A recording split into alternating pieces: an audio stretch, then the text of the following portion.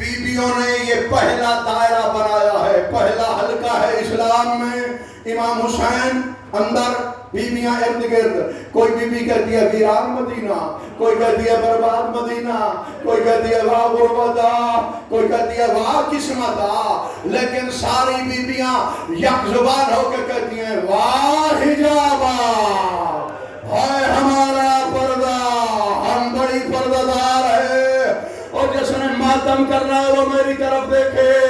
امام حسین علیہ السلام نے، ادھر لے آؤ بھائی ادھر لے آؤ، ادھر میرے سر میں خاک ڈالو، اس سے بڑی اور عبادت کوئی ہو ہی نہیں سکتی۔ غریب حسین محمد مصطفیٰ کے سر میں خاک ہے، مولا علی کے سر میں خاک ہے، مولا حسن مجتبیٰ کے سر میں خاک ہے۔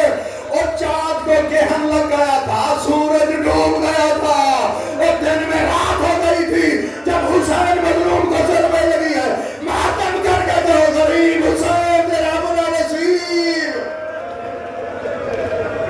حق ادا کر رہے ہو، مولا آپ کو جزائے خیر دے۔ مولا امام حسین درمیان میں ہیں، ایک ایک بیوی سے مولا نے ودا کیا۔ عالیہ بیوی سے جو ودا کیا، فرمایا بہنا میرے پاس صبر کرنا۔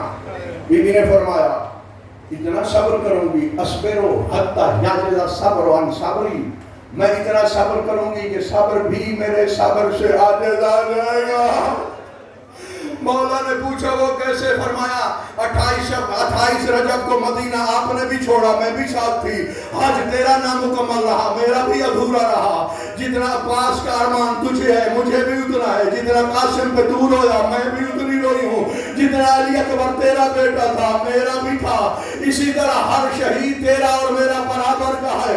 حسین تو میرے ساتھ شریک ہے، لیکن جب تو شہید ہو رہا ہوگا اس وقت میں صبر کروں گی۔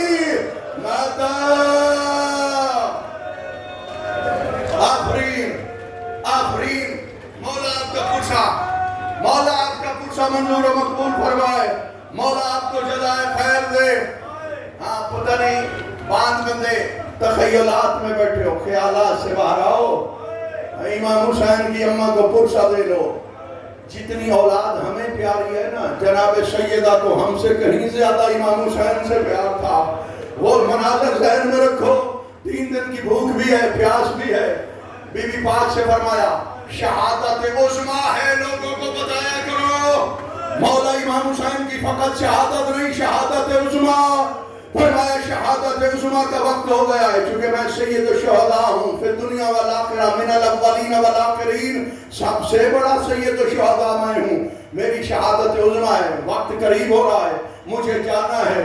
اور ہونے والوں مولا امام حسین علیہ السلام نے اپنے آپ کو یوں پنجوں میں اٹھایا، چٹیل میدان کی طرف دیکھا، رو کے فرمایا عباس جواب کیوں نہیں دے رہے ہو؟ علی اکبر کہاں چلے گئے ہو؟ امیر قاسم کہاں سو گئے ہو؟ اور دیکھو مجھے گھوڑے پہ سوار کرانے والا کوئی نہیں،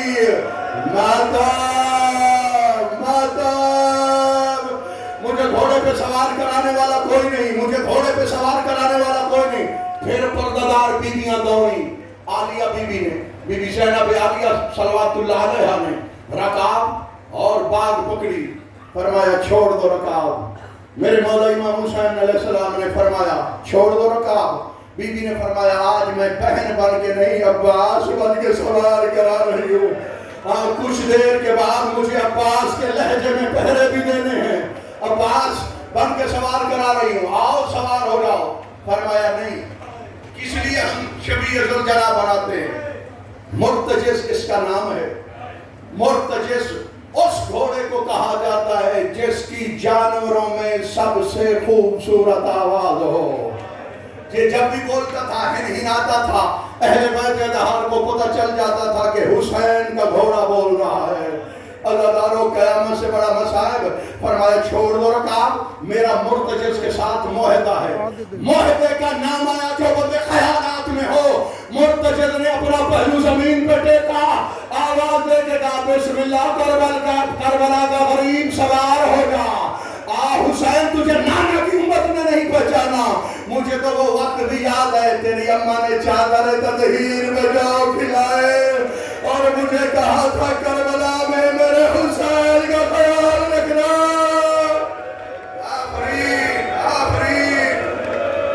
آفرین آفرین. سینے پیارے نہ کرو بھائی, سینے پیارے نہ کرو. ہاں مرتجد کہتا ہے مجھے تو وہ وقت یاد ہے جب تیری اماں نے چادر تطہیر پہ جو کھلائے تھے. ہاں کافی مرتبہ میں نے تیری اماں کی چادر پہ جو کھائے ہیں, مجھے وہ وقت یاد ہے.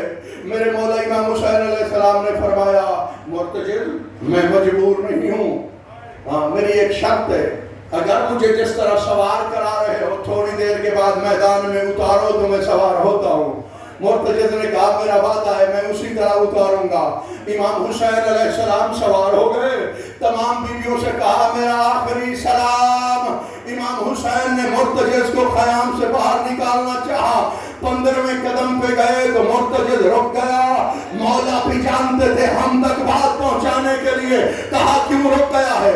گرمی زیادہ ہے, پیاس لگی ہے, مجھے غریب سمجھا ہے, میرا کوئی نہیں رہا, تو بھی ساتھ چھوڑ رہا ہے. رو کے کہتا ہے میری مجبوری ہے. میرے شموں کی طرف دیکھیں, دیکھا تو 4 سالہ بیوی ہے. آفرین آفرین, مولا آپ کو جلائے خیر دے. اجرکم اللہ. ہر بیٹی کو بابا سے بڑا پیار ہوتا ہے. امام حسین کی بیٹی نے اور گھوڑے کے سم پکڑے ہوئے ہیں, رات کہتی ہے میرے بابا کو میدان میں نہ لے جانا, جو میدان میں جاتا ہے زندہ واپس نہیں آتا.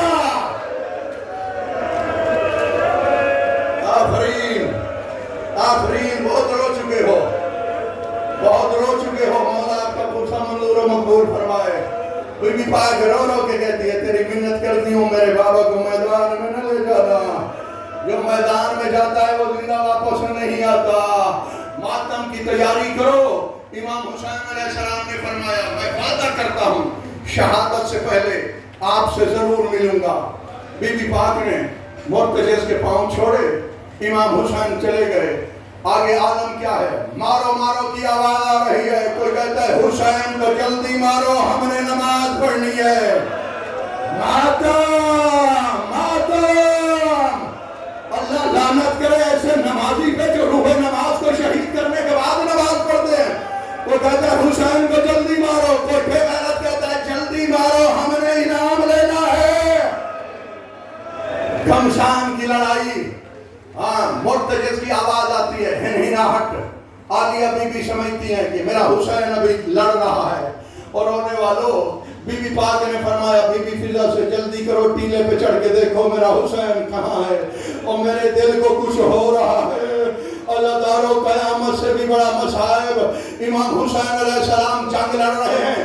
یہ جو مقام ہے, بے شک آپ اس بات پہ نہ روئیں, سن لیں, آپ کو پتا ہو یہ جو مقام صاحب و زمان ہے صلوات اللہ علیہ, اسی جگہ پہ مولا امام زمانہ کا مقام ہے اور مولا امام جعفر صادق علیہ السلام کا مقام اس سے بھی آگے ہے. مولا امام جعفر صادق علیہ السلام اپنے مقام سے جب آتے تھے امام حسین کی قبر کی زیارت کے لیے, مقام صاحب و زمان ہے, جب یہاں پہنچتے تھے بے تحاشا روتے تھے, امامہ اتار دیتے تھے, پاپوش نہیں پہنتے تھے. صحابی پوچھتے تھے مولا وجہ, تو جواب دیتے تھے ہونا ساقط جدی علی ظہر جمالہی. یہ وہ جگہ ہے, اسی جگہ میرے جد حسین گھوڑے سے گرے تھے.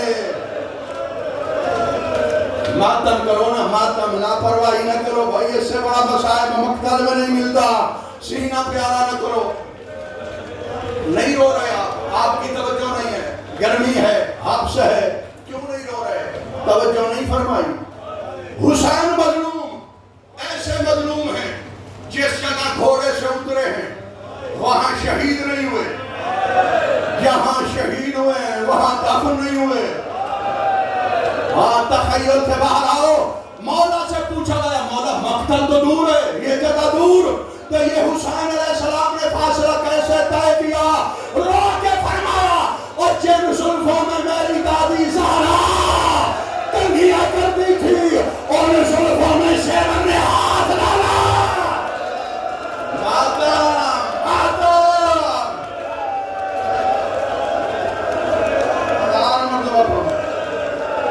اجرکم اللہ, اجرکم اللہ, اجرکم اللہ, اجرکم اللہ. شار سدرہ کی ابتدا ہے مقام صاحب و زمان. امام حسین کا مقتل دیکھ رہے جنگل بڑا دور ہے. پوچھا گیا کیسے سفر طے کیا؟ فرمایا جن زلفوں میں میری دادی زہرا کنگھیاں دیتی تھی ان زلفوں میں بے غیرت سے میں نے ہاتھ ڈالا. آگے میں جواب نہیں دے سکتا، میں بیان نہیں کر سکتا کس طرح یہ سفر ہوا. اب جس نے ماتم کرنا ہے وہ میری طرف دیکھے. 3 روایتیں ہیں. گھوڑے سے کیسے اترے؟ ختم کرنے لگا ہوں 2 منٹ میں آپ کی زحمت ختم. اترے کیسے ہیں؟ گھوڑے سے. ایک تو یہ ہے روایت کہ 15ویں قدم پہ گھوڑے کو پتا چلا حسین میری پشت سے اتر گئے. پتا کیوں نہیں چلا؟ اس کی وجہ ایک تو روایت مشہور ہے کہ مرتجد نے پہلو زمین پہ ٹیکا، امام حسین اتر گئے. دوسری روایت یہ ہے میرے مولا امام حسین نے فرمایا زمین میرا علی اکبر مارا گیا ہے، میرا عباس مارا گیا ہے، میری کمر ٹوٹ چکی ہے، ہاں اتنی ہمت نہیں میں اتروں، تو بلند ہو جا. زمین بلند ہوئی، مرتجز کے برابر آ گئی. زمین نے روک کے کہا آج مجھے زمین نہ سمجھنا، اما زہرا کی آغوش سمجھ کے اتارا. آگے ہم پہلے روایت پڑھ گئے. 15ویں قدم پہ کیسے پتا چلا؟ مرتجز کو 9 لاکھ حرامیوں نے تیر مارے، تیرے نے حسین کو گھوڑے کی زین سے اٹھا لیا.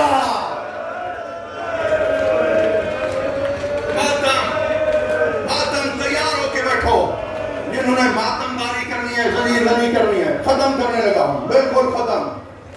شمر بے غیرت آپ بڑے بڑے قاتل آئے ہیں، ناکام واپس گئے. ان کو ترس آ گیا، رحم آیا. یہ حرامی ابن حرامی آیا، اس نے کہا امام حسین کو میں نے مارنا ہے. اس جگہ سے لے کے آیا.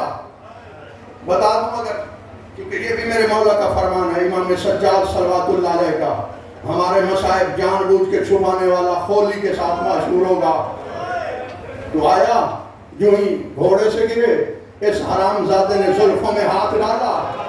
ہاں پوسا ظاہر رسالت کی پہلی بے ادبی کی.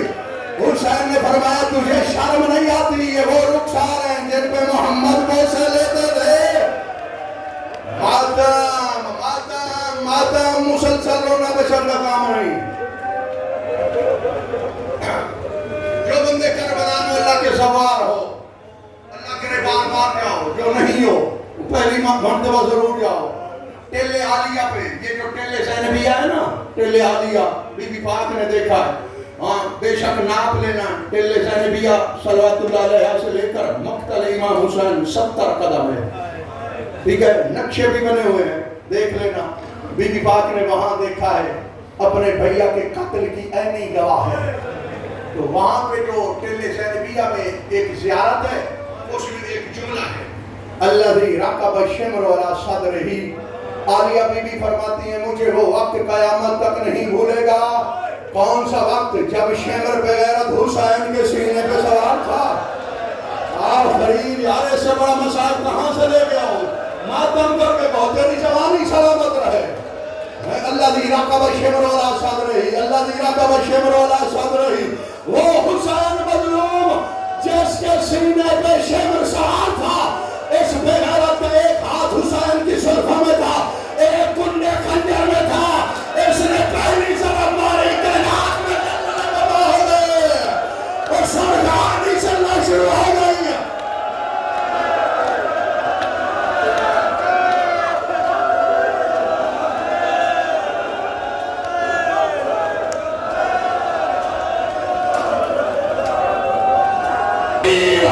اور بیویوں کے کلے میں ہلنا شروع ہو گئے. اس بے غیرت نے